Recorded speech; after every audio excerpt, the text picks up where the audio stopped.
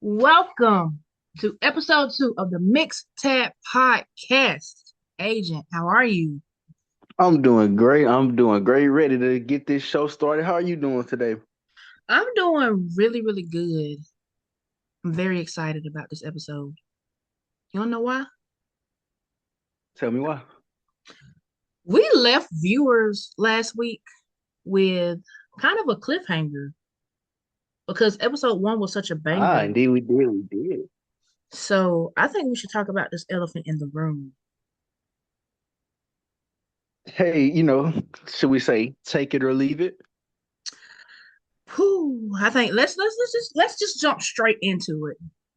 The biggest Let's go. fumble the biggest fumble of WWE in 2025.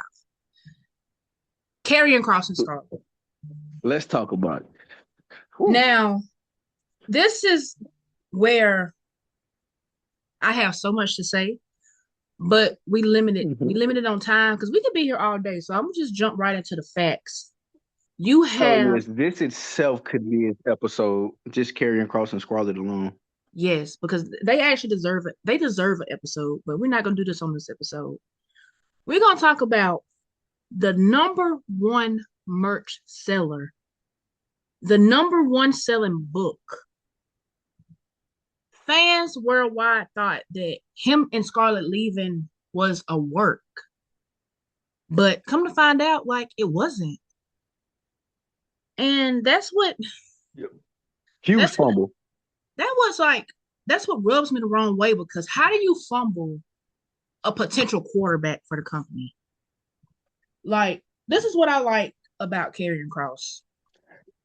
I like the fact that when he talks, whether he is talking to an opponent in the ring or he's talking to an opponent outside of the ring, you can just hear how much passion he has with his promos, just the way he talks in general. And that's like one thing I like about him.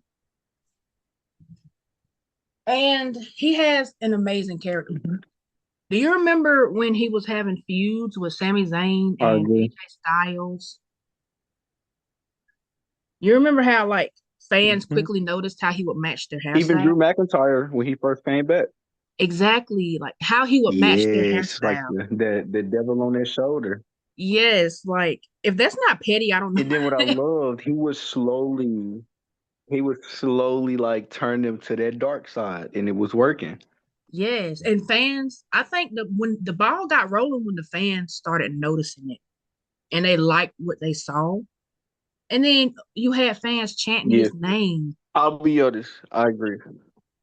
You had fans starting to chant his name, whether he was in the building or not.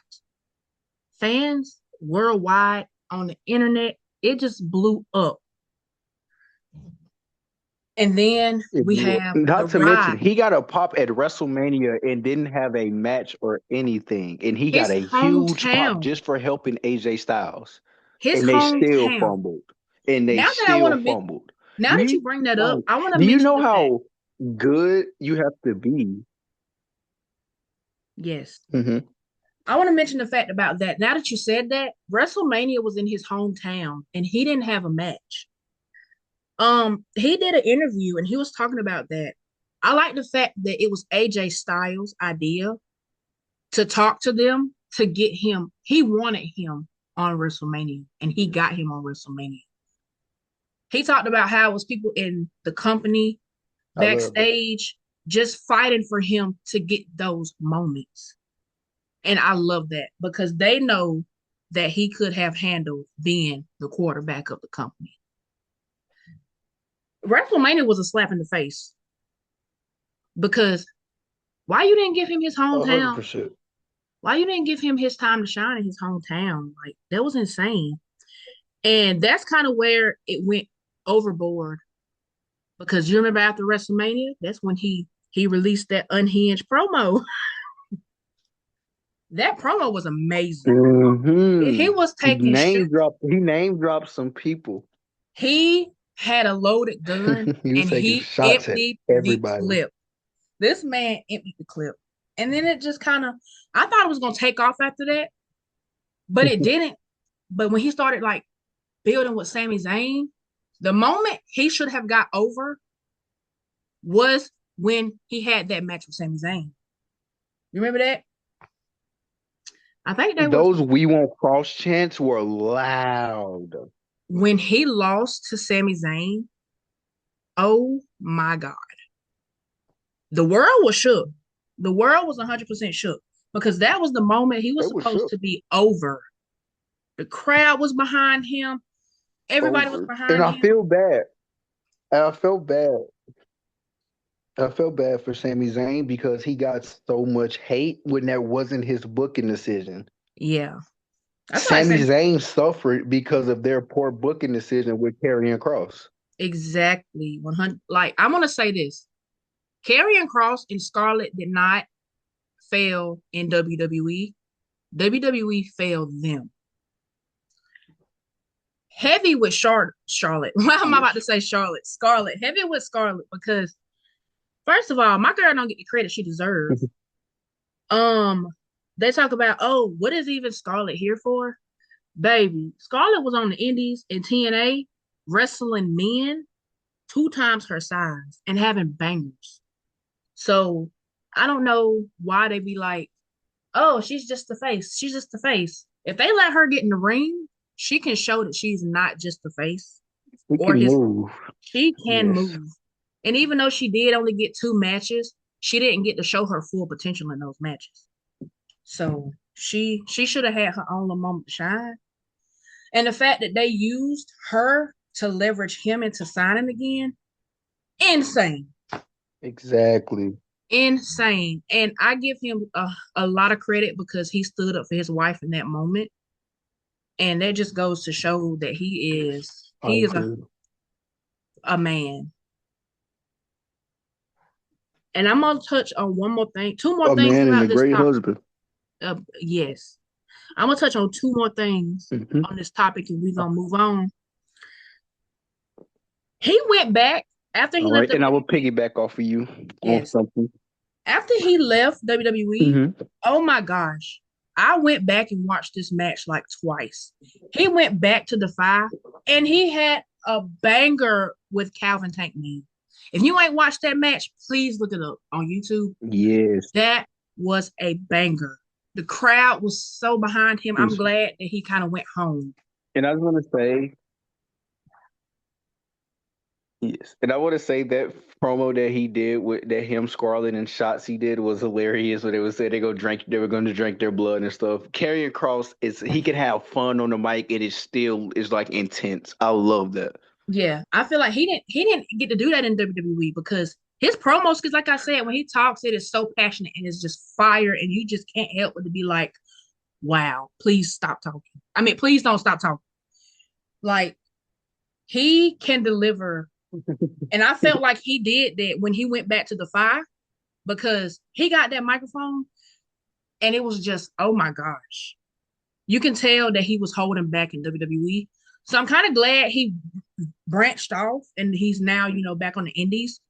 Because who knows, he might pull a Cody Rhodes and come back with a bigger fan base. And look, he can build himself back up as one of the biggest stars Exactly. ever. Like what Exactly. Matt Cardona did And it as so well, to piggyback off of you with the whole exactly. Like Matt Cardona's a great case because he was more known as Zack Ryder more than anything, and he built his Yes. own name as Matt Cardona. And to piggyback off of you with the Scarlett and Karrion Kross, I did write this in my notes because I watched the interview and about what about how Scarlett felt, and so I wrote this down in my notes. Scarlett felt WWE treated her unfairly, implying her value was tied to Kross, a misogynistic stance given she was signed before him. Cross was given a short deadline for a take it or leave it offer, which was pulled when he sought more information, with WWE saying they would deal with Scarlett later. So the fact that Scarlett was signed first and y'all are trying Yes. to use her as leverage. People don't know that she was signed in So 2019 this makes me before him. this is what I was leading into with that. This yeah, before him, this makes me question. Is like behind the scenes of WWE, is management still misogynistic? That's what I want to know. Mm, that's good. That's a good question. And one more thing. Because using a man's wife as leverage is one thing. That's just crazy. And yes, carry on. I'm listening. Yes, and it's also implying that like, she not have value without him? And we know, because we know how WWE is known for treating their women. But I want to say this last thing before we wrap it up and ship it on to the next topic. Now, this is no Mhm. hate, this is no shade, because everybody knows I love my girl Zelina Vega down. But they did give that gimmick away. They gave their gimmick, 100%. they gave their gimmick away, and they thought that they could get away with it. But the moment that they debuted their new entrants together, Zelina Vega and Alistair, fans knew it right off the bat. And that is the Immediately, biggest slap in the they started face, getting compared to Kross and Scarlett. because you cannot tell. I mean, I understand that in AEW he had his whole House of Black gimmick with what's that girl's name? Julia? What's her name? Julia? Julia Hall. Yeah, because I Julia. wasn't watching AEW a I know lot you're back talking about. then. Yeah. Let me see And what I understand they had that whole gimmick, thing. but even in AEW, that gimmick was not as similar to Scarlett and Karrion Kross's as is when it came with Zelina Vega. Because their whole gimmick was like, Exactly. he was the devil. He was turning people heel. Like, he was the devil on the shoulder. And now you telling me they're coming out with a similar entrance style. Zelina Vega's crawling on her knees, like just like Scarlett. She's cutting promos like Scarlett. And I'm just like, Just like Scarlett. if they come back, it's going to have to be with a fat contract for both of them. And that's all I'm gonna say. Yeah, like you said, the good thing with Cross being able to leave, this is going to show WWE that he don't really need them to blow up. WWE is going to eventually need a Karrion Kross and Scarlett. They're Yes, going to need that. 100%. So that's all I'm going to say. So shall we carry on to the next topic? I think we should. Let's get it. Let's do it.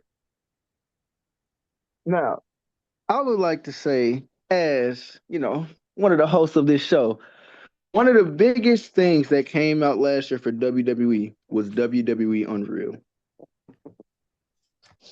I remember I And watched it. it's crazy because every time you see a wrestler or a manager, like an on-screen wrestler or on-screen manager, anytime you see them on the video, they always say they don't like the show, they don't like recording it.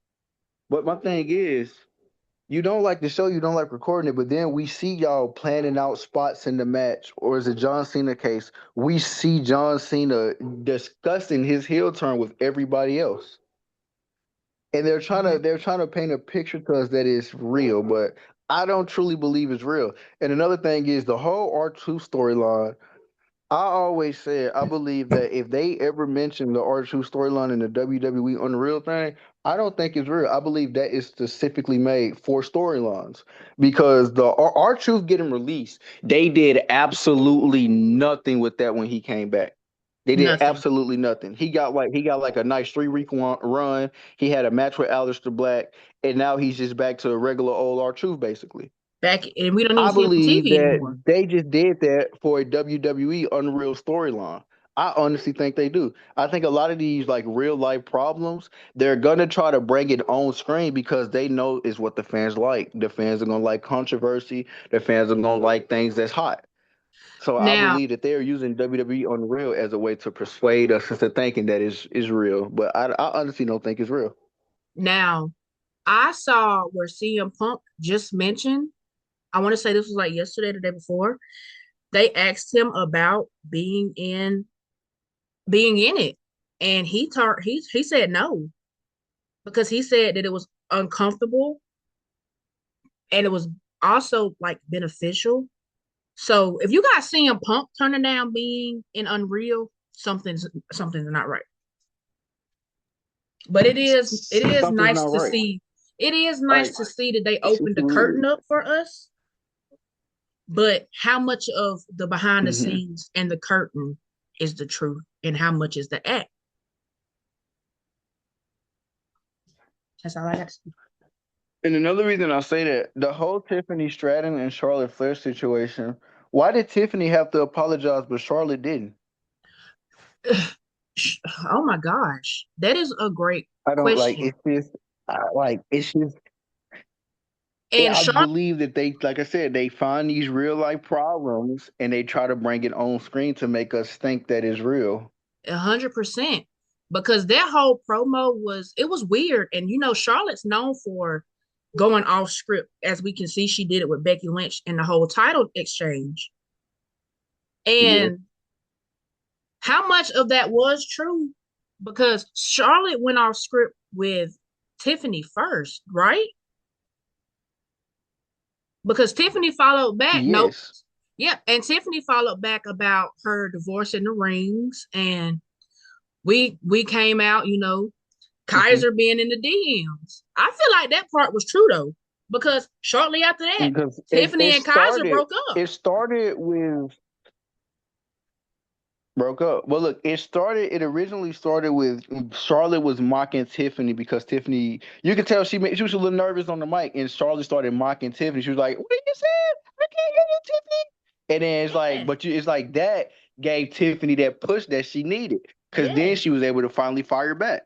And when she fired It's like back, another oh reason why, like I said, I feel like they bring these on-screen issues to just have a storyline because that's the point, entertainment. mm-hmm. They know we want to be entertained. And it's all about being number one. And being number one on Netflix, Exactly. yeah, you have to have a little story behind that.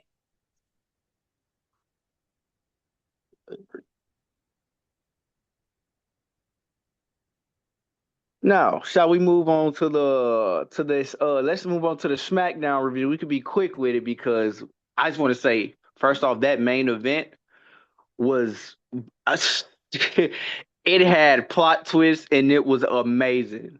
That was It it was was an perfectly emotional roller booked. coaster. I will say that.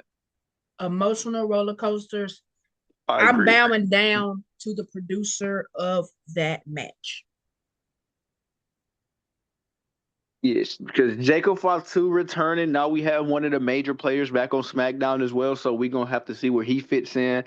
And the fact that he attacked both Drew and Cody. So like, does That this significant? So does it saying that Drew attacked him, or does he not know who attacked him? that I was exactly. I have this written down Because he went for both. 100%. It literally says who really attacked Jacob Fatu if he attacked Cody Rhodes as well. Does Cody Rhodes got a dirty little secret? Ooh, not poster And boy then, we Cody. haven't seen a more darker side of Cody. Right. And is he taking time off to come back as the darker side of himself? Ooh, that's interesting. Hmm. But I And then ain't gonna. the thing is, if Cody Rhodes enters that Royal Rumble, he's a strong player to win. Yeah, and that's to be what his third Rumble Yes, that would win. be his third Rumble. Like If he that'd wins, be that will be his third insane. Rumble win. Yep. But that Cody Cutter off top of the steel cage, Off the page, what? nasty. Brutal. That was disgusting. Cody really he really come out. And It's another thing, like they Drew and Cody had their emotions in it, and I loved it. yes, because Drew took it personal. When I tell you, Drew started and took it personal, and Cody was like, "I'm gonna take it a little more personal." Baby, Drew McIntyre took it to hell, and that was the fire in Cody that we saw from the beginning of the match to the end of the match. Well done. Yes, and I agree with you. Now let's move on. I know we're going a little backwards, but I just want to say Carmelo Hayes and Shinsuke Nakamura. They need a raise or reward or something in the MFTs and the YS6. They also need a raise or reward because both of those matches were beyond amazing. I'm gonna start with the YS6 versus the MFTs. I love the spot with Solo grabbing the lantern and that like threw Uncle Howdy off. It's like they source of their power. I love that attention to details. And the MFTs finally are looking strong. They're looking like a Yes, credible faction now because yes. nobody was taking them serious at all. I Not also like no one was taking them serious. I also love the spot where at the beginning of the match when you had Dexter Why can't I think of this man's name? What is that? Dexter What is Lubis and Joe Gacy. when yes, their tag team There you chemistry. go. Got you. When they was going Yes. back and forth, I'm like, they're showing so much tag team chemistry. They are moving as one. They are gelling together. I was on my feet the whole time for that match. Yes, and Like, I could tell you could tell they're working because they know the weight that's on their shoulders with this gimmick, with the role that yes, they have to play. And you could tell that they're taking it very serious. I love like that. they are carrying a legacy, and I Now think they let's know it. move on to Shinsuke Nakamura versus Carmelo. Oh, I and need yes, that and I back. agree with you on that. They're definitely carrying the legacy. I need that back Yes. in the main event. Shinsuke versus Carmelo. Yes, I would just that was a banger. And another thing, small note, Carmelo Hayes' facial expressions are great because that goes into selling. His facial expressions are amazing. hands down. He is a hard worker, And and the way he moves in the ring is nice. I'm glad that he's finally kind of had that build up to where he was taking L's, but now he's like on victory road. I love that in his storyline because it adds more Picking up. character. It's picking up. It adds so much more character. And I'm glad we got Shinsuke Nakamura. He got some screen time. Exactly, because as soon as I heard that music, I'm like, wait a minute, where has Shin been? Like this was the best SmackDown that they've Exactly. had in a It's like while. in a while. I agree with Yeah, you on that. because I'm not gonna lie, SmackDown Hey, has then been look, you know struggling. me. I'm a huge Julia fan. And Julia got a dub, so I'm happy with that. But Lash Legend and Nia Jax, that was a statement just squashing Alexa after the match. 100%, and it's also Like adding fuel to brutal. They another just whole new brutal. story. Whole new story. Charlotte and Alexa. Boom. The breakup. Mm. I think let's dive into Raw Charlotte right and fast Alexa. because I got something to say about Let's Raw. do it. I'll Finn let you kick Balor it and off. CM Punk. Let's do I cannot wait for that it. match. And is this going to be like That's gonna be a great match. we've already had sparks of the Judgment Day kind of like fizzling their fire fizzling out. Is this match going to be Yes. the road to the end of the Judgment Day? Because I'm not gonna lie to you, I'm happy Finn Balor is back on the scenes by himself. And speaking of Judgment Day, I agree. The I pop that Finn Balor has been getting recently is amazing. 100%. And they're gonna be in his hometown. I know he's going to steal the show. And with Judgment Day, I like Liv and Rock. I like Liv and Roxy as a team. They work well together, and I also like how Raquel is on her own, looking very strong. I love that. She looks legit right now. I feel like the You know, last Raquel, we always talk about the Rhea Ripleys, the Bianca Belairs, the Charlotte Flairs, but Raquel Rodriguez is about to enter that conversation very soon. yo, I think this is gonna become our new tradition. I think we should leave them on another cliffhanger. I know you probably don't know what I'm about to say, Mm. but I'm just going to say this. The Let's see if I dogs catch it. are barking loud. The dogs are barking very, very loud. We have to talk about the rise of Braun Breaker because that man has Adam Mm. Pearce stressed out, He beyond stressed does. out. And Adam Pearce is in a very tough situation because he did touch Braun Breaker first. Yes. I'm very interested to see how that's going to go. And I'm very interested to know what more is going to come upon the road with Braun Breaker. Is his team his shield? Yes. Are they holding him back? Or is his team being the rocket to his fire? I mean, the fire to his rocket. Because right now he is the star of the There we team. go. With the Yes, He, because with the vision, like as you say, he is the star of the team. He completely takes the shine from a lot of competitors in that yes. group. Like We know, we know a lot of people don't like Logan Paul, but they respect him that he can wrestle. Many people have to get back on that Austin Theory boat. And then Bronson Reed is weird with him because even though he's beat Roman Reigns, they haven't really Pushed capitalized on him. that like they have with Braun Breaker. Yeah, they tried to do the whole tribal thief thing, but how many pair of shoes can you steal? Like, I'm very, very interested to see where that He stole goes, like and three. we definitely have to get into that on the next episode. And with that being said, I think it's time for them dogs to bark. 100%. Thank you, everybody, for tuning in to the second episode of the Mixed Tag Podcast.